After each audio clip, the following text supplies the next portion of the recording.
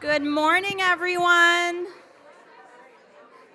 Good morning. Please continue to get your coffee. There's food outside. Get up during the event. I hope everyone's thawing. There's hot water if you just want to hold hot water. But welcome. This is our first in-person Women's Network event in 2 years, first forum. So we're back. I'm Celia Risha with the Greater Boston Chamber of Commerce, and we're thrilled to be here with you today for a special event with two very special people, Karen Kaplan of Hill Holliday and Susan Loconto Penta of MIDIOR Consulting, who's also our new Women's Network Advisory Board Chair. So thrilled to have you both. And we just celebrated the Pinnacle Award, so I have to say both past Pinnacle honorees. So big shout out there, sitting next to Vickery on our board, who's also a past Pinnacle winner. So let's just take a quick moment. I know some of you are here for your first time. If I could just get a quick show of hands if this is your first Women's Network. Wow, that's awesome. Well, welcome. We hope you'll be back. Our whole purpose is to connect you with other women across industries and the business community, so please take advantage of being here in person today and do a little networking and connection. We wouldn't be here without MFS, our sponsor, so special shout out to MFS. Thank you so much. And I know we're a little behind, so I'm just going to dive right in and start to introduce our speakers. So Susan and Karen, as I introduce you, you can just make your way to the stage. And I'll start with our moderator. Susan Loconto Penta is the co-founder and managing partner at MIDIOR Consulting. Susan is not only an entrepreneur, but an engineer, educator, and consultant who has a passion for products, technology, and teams. Along with her 35 years of business experience, Susan also served for 18 years. It's okay, you started when you were 2 years old. It's all good. Executive professor at the adjunct faculty at Northeastern University School of Business. So thank you so much for being here with us today, Susan. And you can come up to the stage. And next, our featured speaker, the incomparable Karen Kaplan. Karen has been with Hill Holliday for nearly 4 decades, also started when she was 2, holding just about every role there is to have at an agency, giving her valuable insight and an approach to the business that few others could have. As CEO, Karen oversees not only Hill Holliday, but also the other agency brands, Hill Holliday Health and EP & Co., as well as a team of about 600 employees.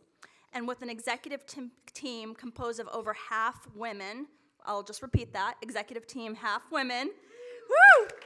Karen is also one of the few female agency chairs in the country, but hopefully not for much longer. Karen, we're honored to have you here today with us, and let's get going. I'm just going to toss it to Susan to begin our conversation, and we'll have Q&A throughout, so just start thinking of your questions as these two amazing women get going. Welcome. I didn't ask how to turn this on. Then we'll turn it on as soon as you start speaking. Are we on? There you go. Yeah. Usually I don't even need a mic, so everyone in my family asks me to turn it down. I'm like, I'm not on a mic.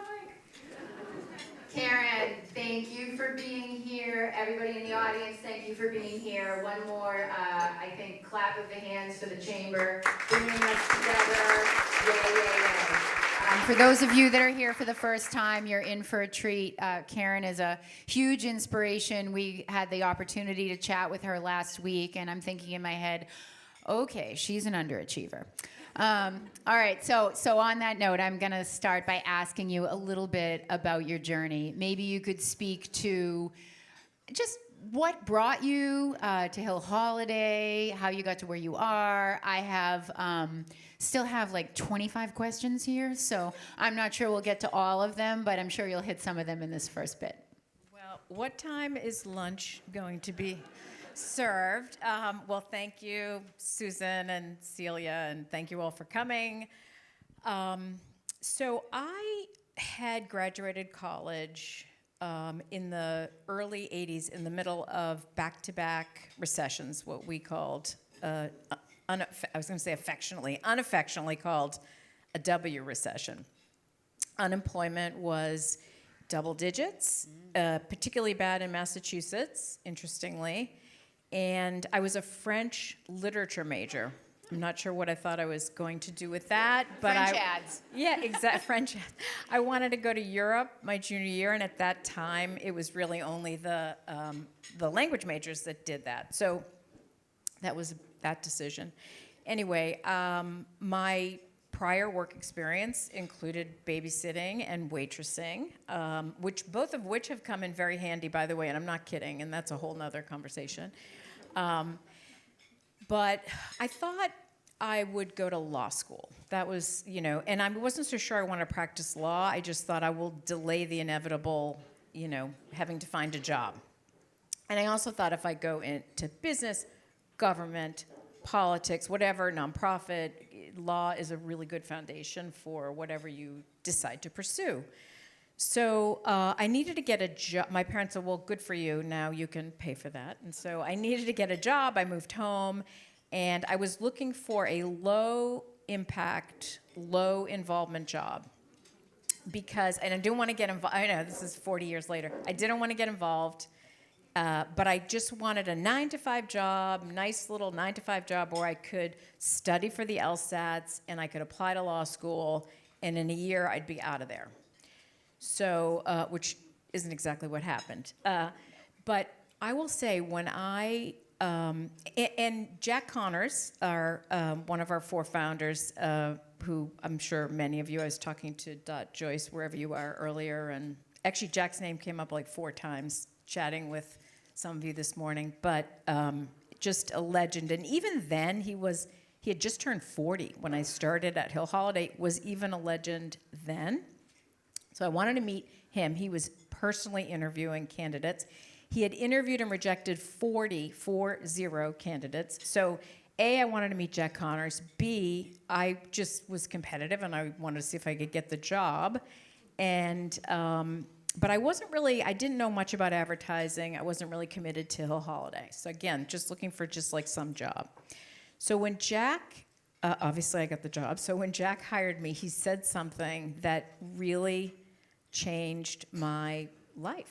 He said, "Congratulations, Karen, you are now the face and the voice of Hill Holliday."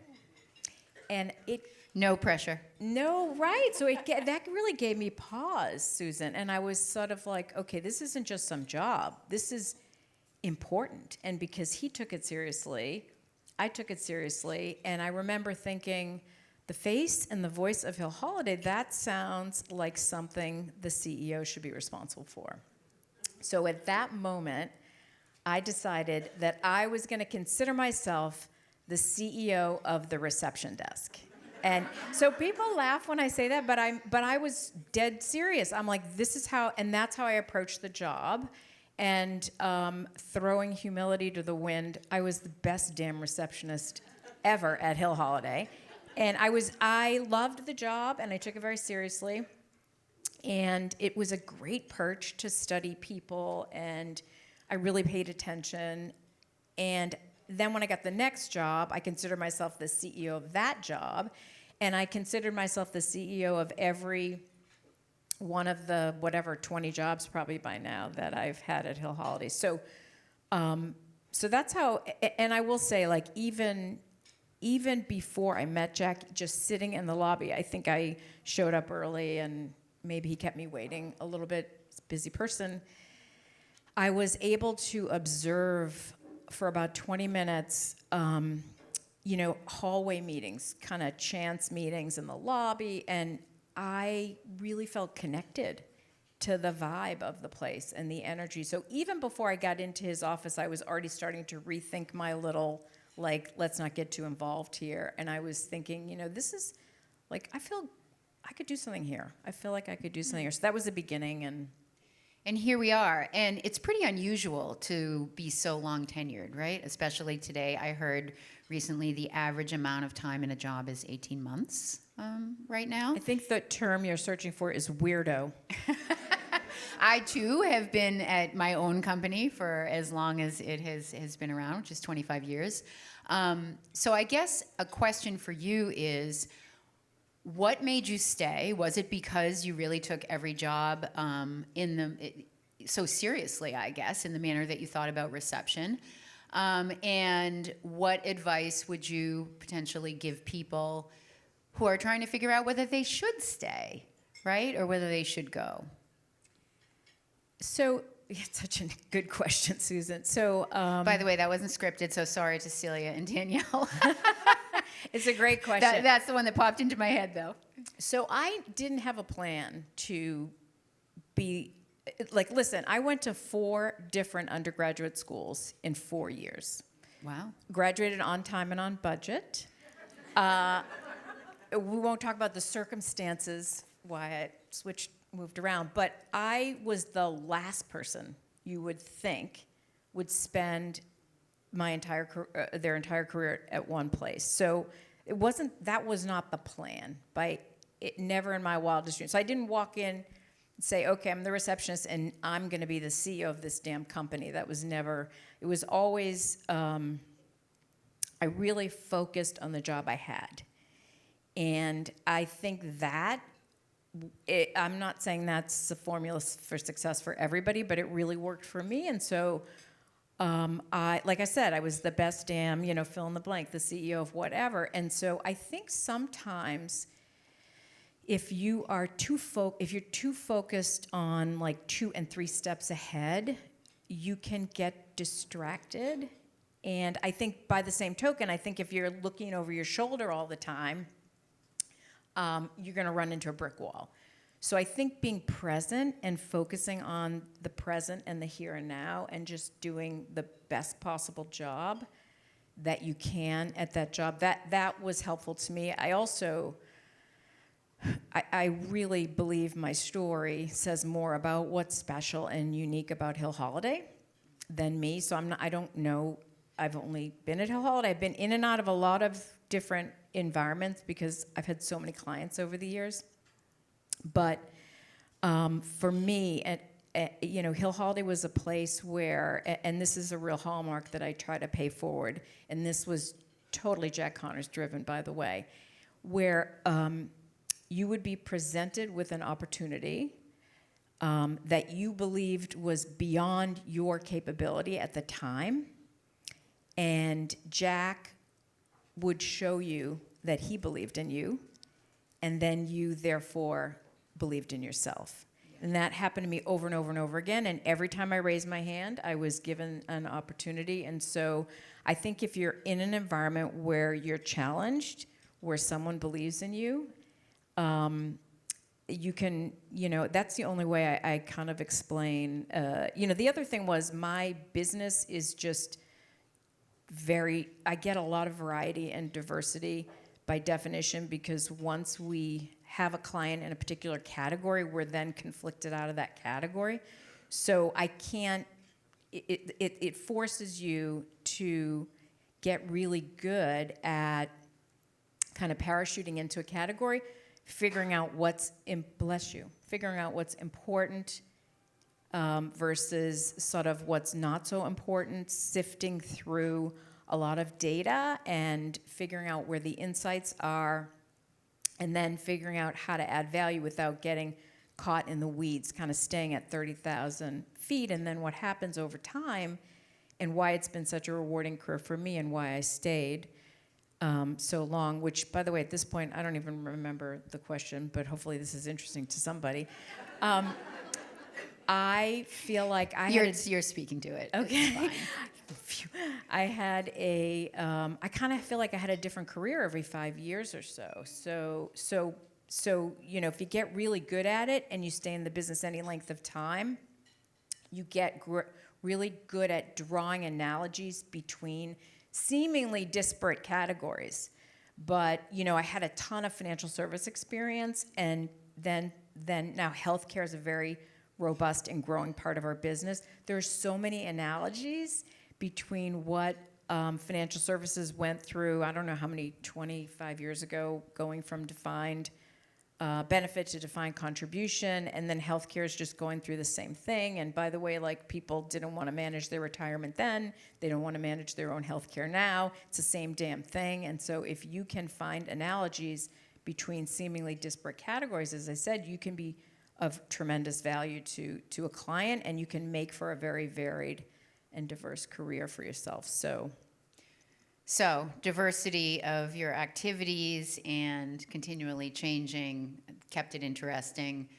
Presumably the culture and the people kept it interesting. Maybe before I get to that question, though, on your journey, was there anyone or any moment or any project that was really impactful and sort of is ever present in your mind? I mean, you talked about that first role and being the CEO of the reception desk and whatnot. I mean, were there other things like that that stood out for you?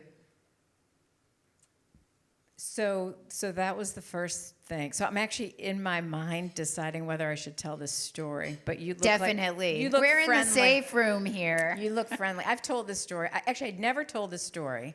This is something that happened in 1983. And until Jack Connors retired in 2006, I never told a soul about this. And I certainly never told it publicly. And I'm going to tell you a quick story. And don't mistake, please. It's not about money. It's about possibility. So I just want to frame it that way before I talk about it. So receptionist, honestly loved the job. The next job for a woman in the early 80s was secretary. Not executive assistant, I'm saying deliberately secretary. And you had to have skills. You had to type, I don't even know how fast because I still can't type. You had to take shorthand, sit in the back of a moving car and take shorthand, which is this other crazy language that is like really like interesting, but I couldn't figure it out. And people went to school. Remember Katie Gibbs? No one remembers Katie. But people went to school for this. Like We're the same vintage, so. You couldn't like fake it. And so I applied for 3, like, by the way, and I see a couple gentlemen in the room. Thank you for coming, and I have nothing against men. I just think there are enough of them. Men I graduated college with got offered jobs 3 and 4 levels above reception. So this was just, and why, like, Charlene is not, like, I don't know why we put up with this crap. Like, we were like, yeah, of course that's right. So the next job for me was secretary. And I got turned down. I applied for and got turned down for 3 jobs at Hill Holliday. And by then I knew I wanted to stay at Hill Holliday because I didn't have the skills. I had taken 3 typing classes, 1 in high school, 1 in college, and 1 while I was a receptionist at night at Winthrop High School with a bunch of lovely working girls. And I just still have to look at the keyboard. It's like a mental block. I can't type. So anyway, I got turned down for 3 jobs. This job comes up, traffic assistant, which I guess traffic is like what turned into kind of project management. So some of you are nodding. Some of you started your career. It's a great place to start a career. It's a very pivotal position. It was part of the creative department, so you're really close to the work, but you work with every department, production, finance, account management, creative, media, whatever. So anyway, but the reason I wanted it was this traffic assistant job because I knew I could do it. It was the only sort of next job in the agency that I could do. So I interviewed for the job, and the head of the traffic department, this wonderful woman, Pam Tomaselli, says, the inevitable question comes up, can you type? So I didn't want to lie, but she said, can you type? And I went, can I type? No lying, just avoiding the question. I was like, can I type? So I think I may have given her the impression I could type. So we had Wang computers at the time. And so we had this is like before the internet, people. So we had one Wang computer, one word processor, and in the whole agency, and it was right outside her office in the hall. So there was one thing I had to type once a week, which was the traffic report, which was 16 pages, double-sided. You had to collate it, staple it, had to be on everybody's desk 8:30 Monday morning. And it was basically like you were just like updating it. It was like every job number, what the job was, and then the status of the job, whatever. Even though it was just updating, so I'm like, I can't do this during Monday through Friday. Like she's gonna see, I'm gonna get busted.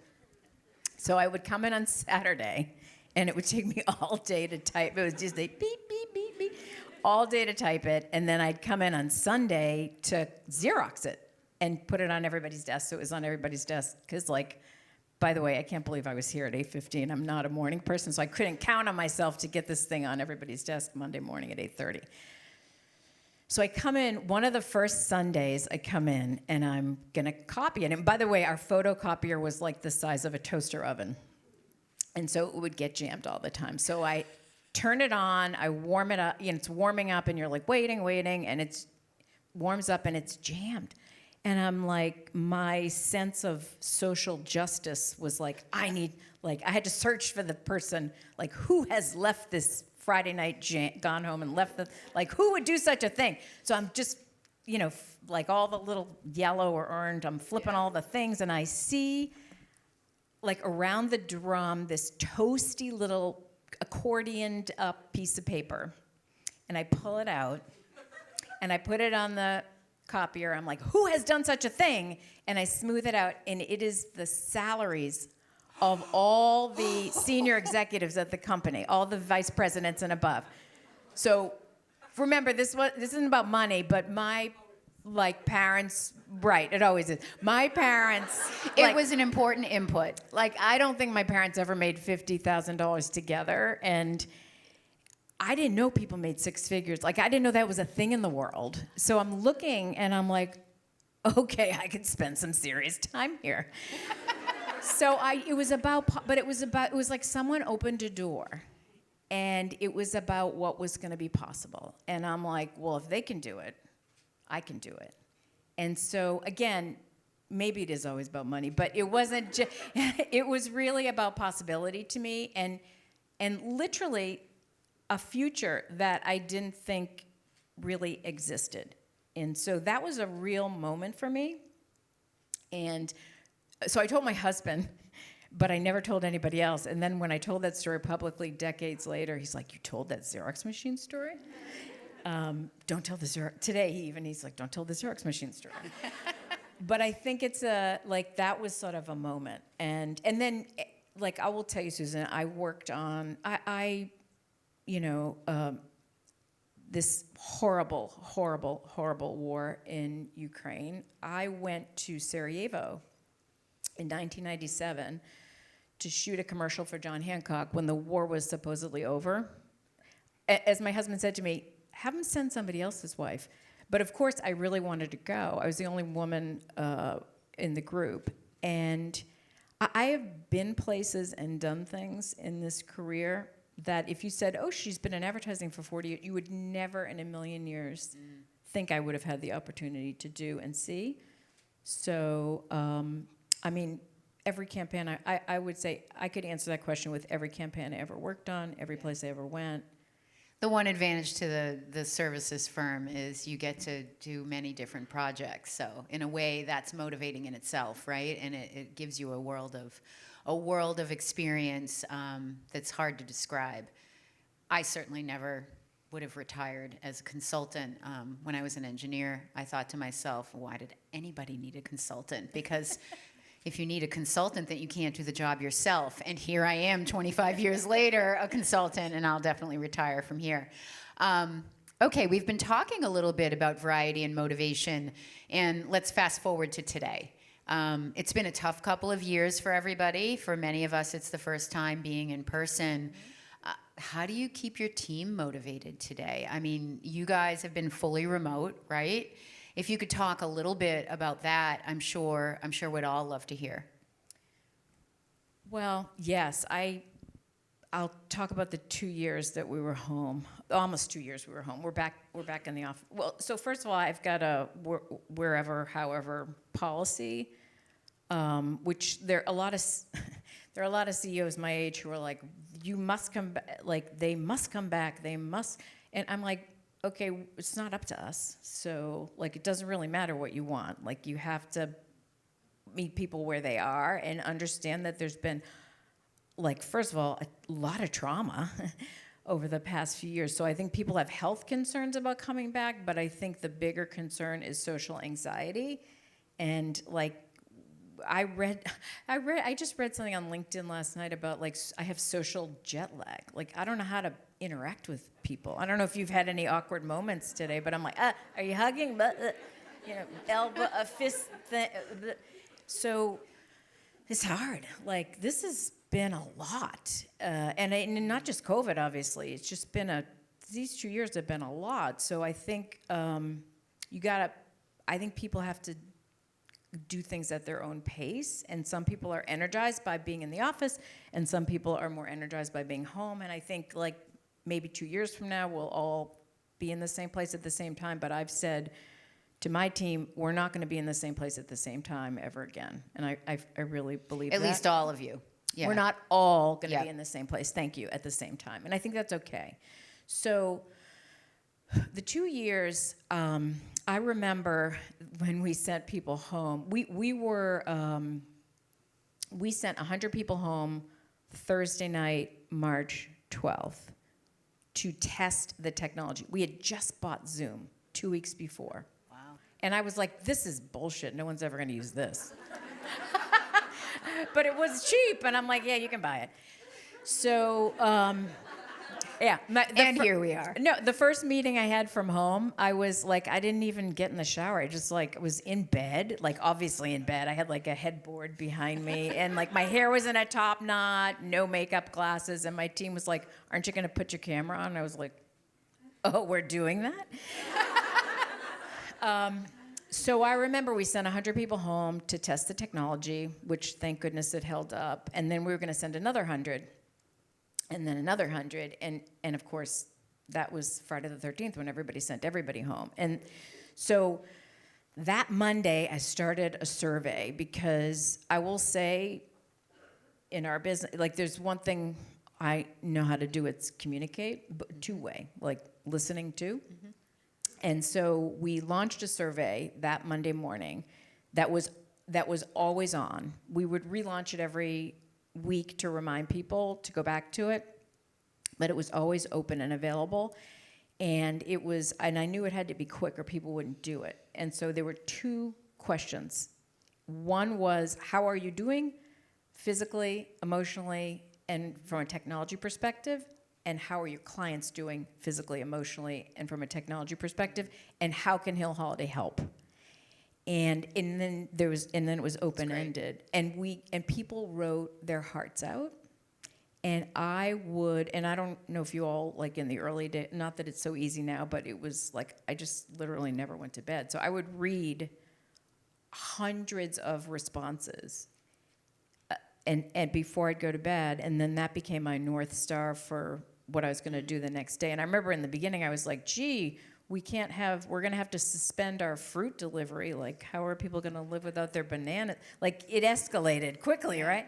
So we thought we were coming back in 2 weeks. And, but I have this yellow sticky, this Post-it note on right near my laptop at home, and it says, and I don't even remember where I got this, who I heard this from early on, but it says, number 1, care. Number 2, listen. Number 3, learn. And I literally look at that. I looked at that every day for 2 years. And so I did a lot of listening, and then I wrote an email to the agency every day for 100 days. After I realized it was 100 days, I was like, you don't need an email from me anymore.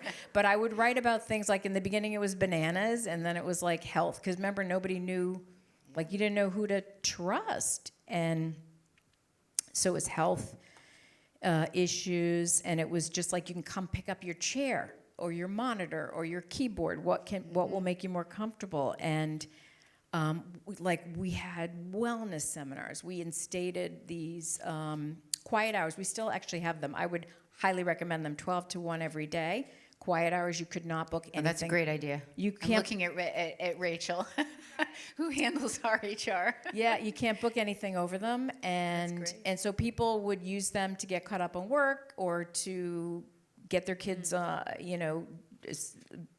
their kids with school, walk the dog, do yoga, like whatever, make lunch, whatever. We gave people stipend. We did whatever. I was very responsive to what I learned in that survey. We met every Friday on Zoom. Our culture is very in person, so I always say we share good news and bad news in person. So I was always calling people down to the lobby, and I wasn't weren't like I wasn't sharing news with people in email, so that was kind of a new thing. So we had Zoom meetings every Friday. We did whatever we could to keep people connected to one another and just to help people on an individual basis. Now, fast forward to now, the whole idea I said about like everyone must come back to the office, and I'm like, well, good luck with that, because they're not. And so I personally have been going in Tuesday, Wednesday, Thursday. That's been my pattern. And I'll tell you, I appreciate my days at home. I appreciate being in the office.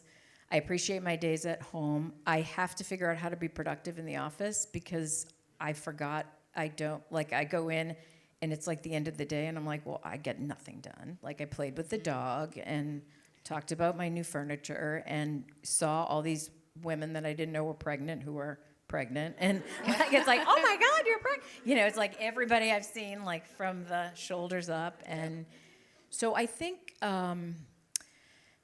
right now in this period, we've got to just like, one thing I said to my team from day one was put 2 words on the end of every sentence, for now. So we're doing blah, blah, blah, blah, blah, for now. We're doing blah, blah, blah, blah, blah, for now. And I think we're still in the for now period. And so I think you just have to be open and you have to meet people where they are. And people have all different kinds of concerns. But we are using the office for what I call reconnection opportunities. So I say don't come in the office if you're going to sit on Zoom all day. Come in the office for agency meetings, for team meetings, for department meetings, for like orientation. We were shipping people like their laptop and their swag in a box. Like just come in this one time, meet your cohort that you're starting, that you're starting with, because we're all hiring a lot of people these days because of the churn. Even social, come in for social events. I'm finding that Thursday's the big day because everybody goes out for drinks after. Yeah. So anyway, we're flexible. All right, I'm going to ask you one question I'm curious about, and then we're going to open it up to the group here. So start thinking about what you'd like to ask Karen. And I'm going to demonstrate how ignorant I am about how advertising works. Hardly, by the way. We had a prep call. Hardly. Well, so I am wondering about the rise of influencers and brand ambassadors, and maybe that's because Siri always listens to me, and somehow I find myself clicked through on Instagram to something I didn't know I needed, like frownies for the lines on your forehead. I mean, I have no idea how that happens.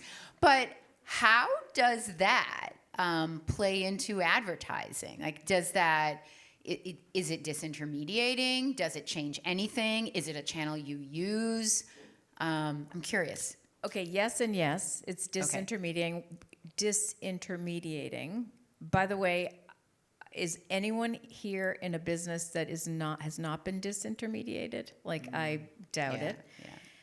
And yes, it's a channel. So influencers in particular, and the ability for social commerce is very legitimate, very established. Some people think creepy. I prefer to think useful because, like, if you're in the market for something and you get served ads, that's helpful. Mm-hmm. It's just like, by the way, like once I buy something, like stop chasing me around the internet. Yeah, I already did it. But influencers in particular, there's something called, people refer to SponCon, which is sponsored content. So people are very savvy. So they are not, people are skeptical of celebrities selling things, right? So the Kardashians are just, famously like anything you put in front of them, whatever.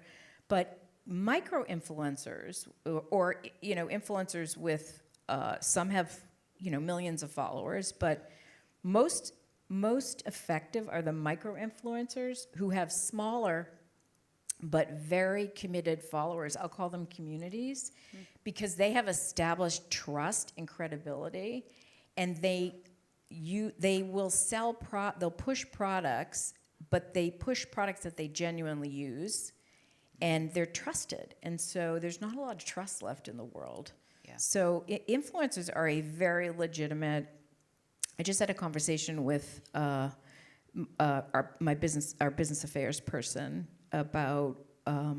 It's interesting because they're not SAG, they're not in the union, so it's like it'll be interesting to see if, they Right. it'll be interesting to see if they join SAG or create their own union. But I'll say this, Susan.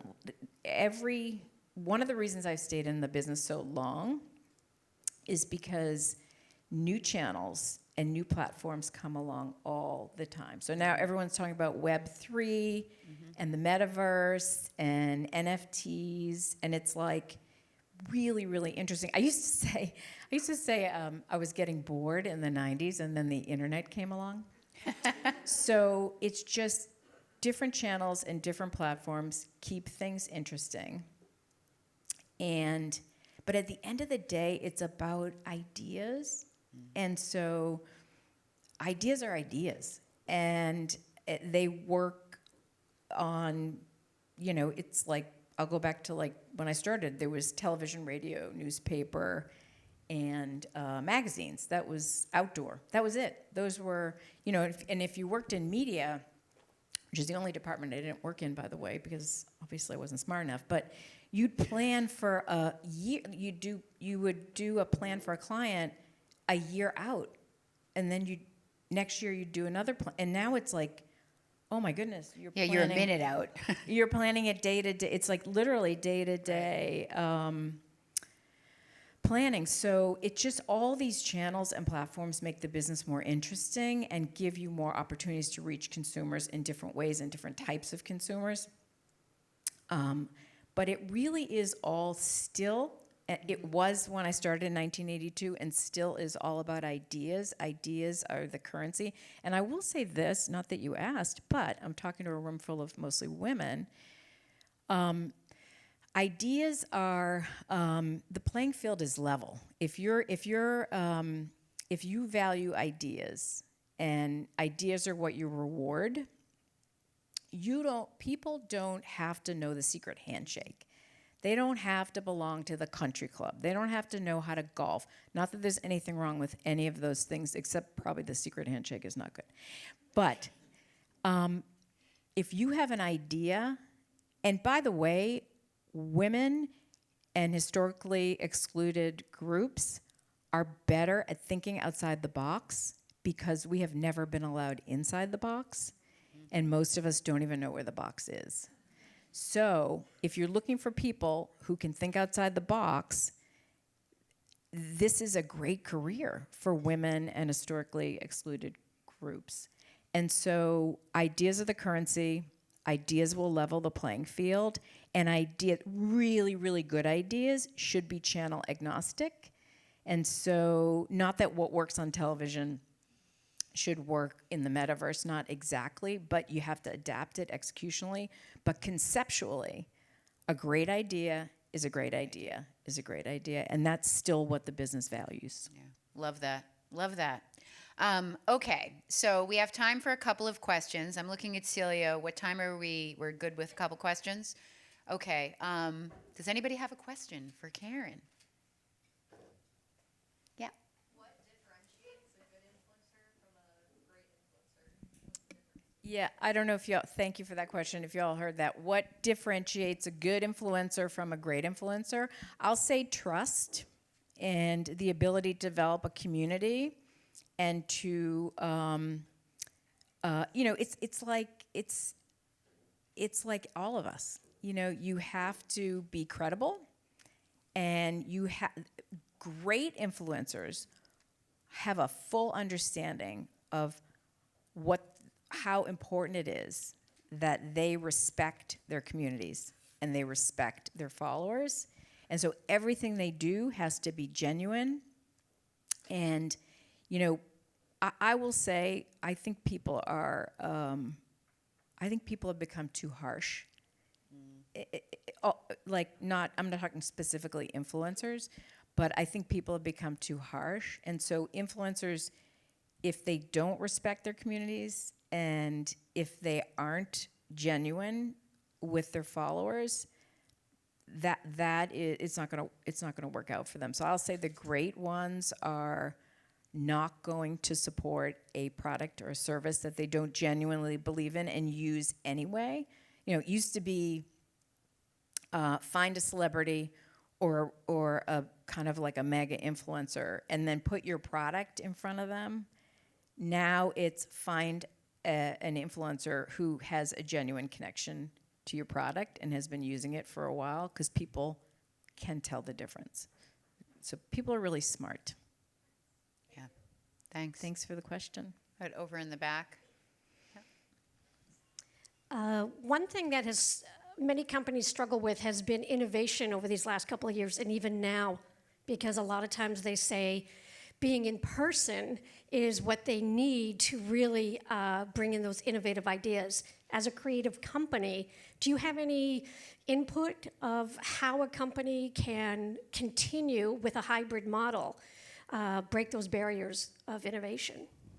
Yeah, is a really good question. Thank you for that question. I will say this is what stopped me in the beginning. I was sort of like, how do you run a creative company that relies on constant innovation and face-to-face collaboration and iterating and building on one another's ideas?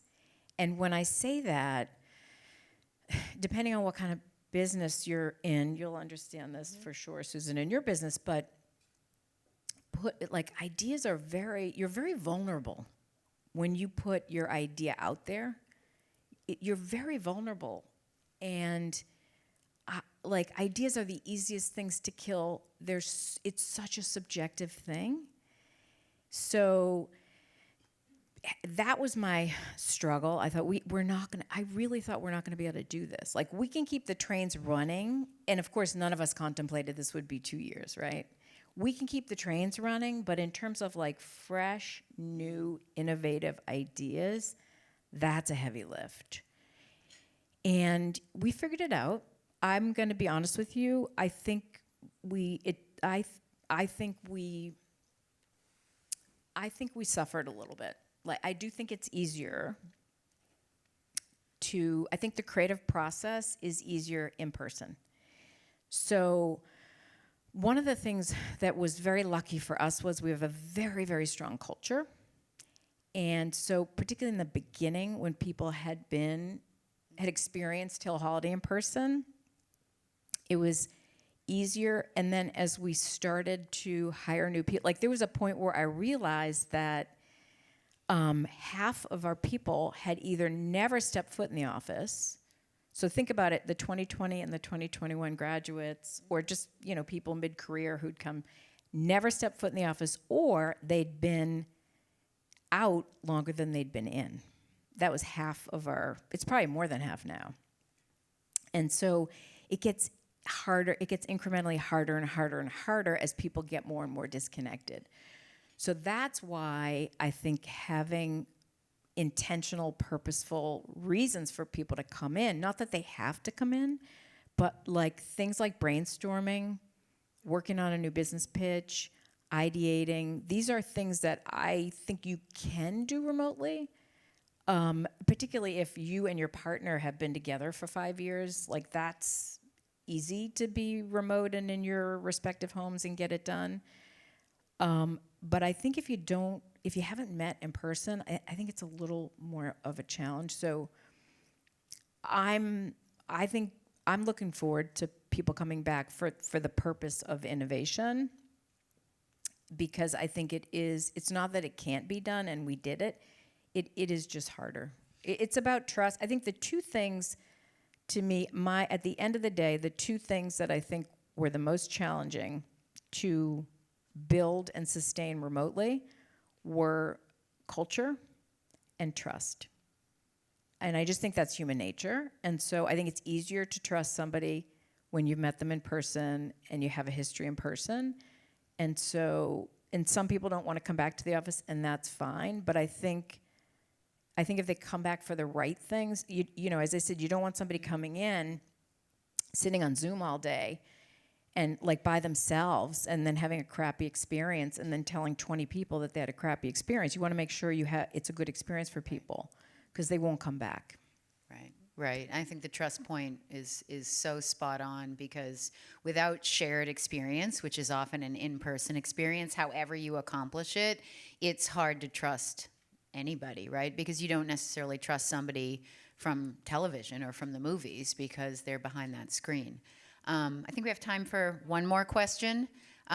Okay, you're in my line of sight, so.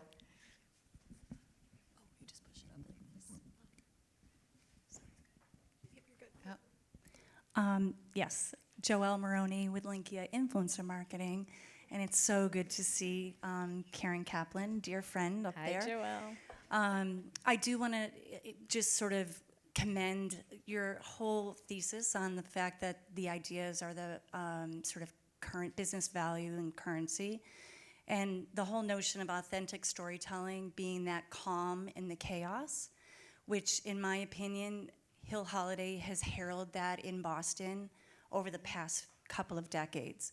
And your mastery in storytelling is by far incredibly unique. And I'll date myself back to the John Hancock Real Life, Real Answers.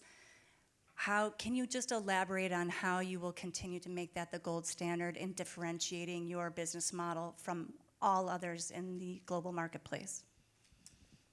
Well, thank you, Joelle. I will give you your $20 right after breakfast.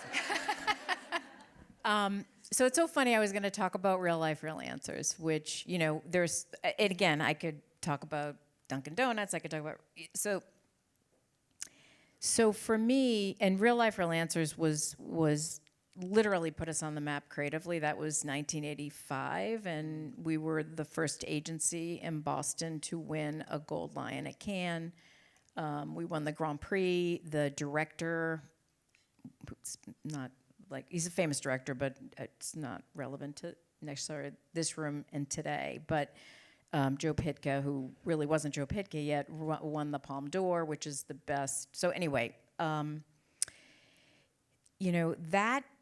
is the standard. So I will say that was the first really big important campaign. We'd done good work before, but that was really the first big important campaign that not only made an impact on John Hancock as a company and the insurance industry, but in advertising. So it really changed the face of advertising and the way advertising worked. And so that is by far, that's the standard. So I'll tell you what I believe is that, and I've always believed this, every company has a soul, right? So it's not enough to be in the business of doing business. Every company has a soul, and I think it's our job to uncover what that is. So not to impose something on a company that isn't genuine and real and authentic, but to uncover what that is and to kind of separate out everything they sell and sort of like what's the soul. And that was John Hancock's soul. And by the way, when you figure that out, advertisers don't have to spend nearly as much money because you are making a human connection as opposed to just like talking at somebody. And so you don't need a jingle. Jingles are fun too, but you can kind of be quiet, which that Hancock campaign was very quiet. There was no ambient sound. There was no voiceover. There were these long, uncomfortable pauses. We were kind of a fly on the wall. We turned the camera around from the company talking about itself to kind of focus on real people. But anyway, that ability to sort of uncover what the company's soul is, that's what I think our business is at its highest level. And to be able to connect, for a company to be able to connect with consumers on a higher order values kind of basis, that's the goal. That's what I think the best and highest use of an agency, and I think that's what Hill Holiday's always been good at. It's so important. So, you have companies that spend billions of dollars a year. Like, you can do it that way and be successful, but there's like a smarter way to do it. And I think that's what we're good at. That's awesome. Corporate soul searcher. That's what they are. She has a rewirement career in individual soul searching, I bet. Well, it's been such a pleasure chatting with you here. I feel like we could probably sit here for another couple of hours, but Celia's up at the podium, and so we are Cute. Looming over we us. are cued. Poor Well, Celia. thank you both. Just a round of you. applause to Karen and Susan. Thank you so much. And just to quickly go back to that Xerox story, you said that was in the early 80s, and I remember on a recent board of directors call, you had shared that now Hill Holiday's parent company is actually making its board numbers and statistics and diversity numbers public. And now looking at that transparency, a few decades later, right? So just in the span of your career, how much has changed in Hill Holliday is just amazing. So thank you for that. Thank you, Susan. Thank you to all of you for joining us in person today, and we'll hope to see you soon. Thank you to MFS, our sponsor. Have a good day.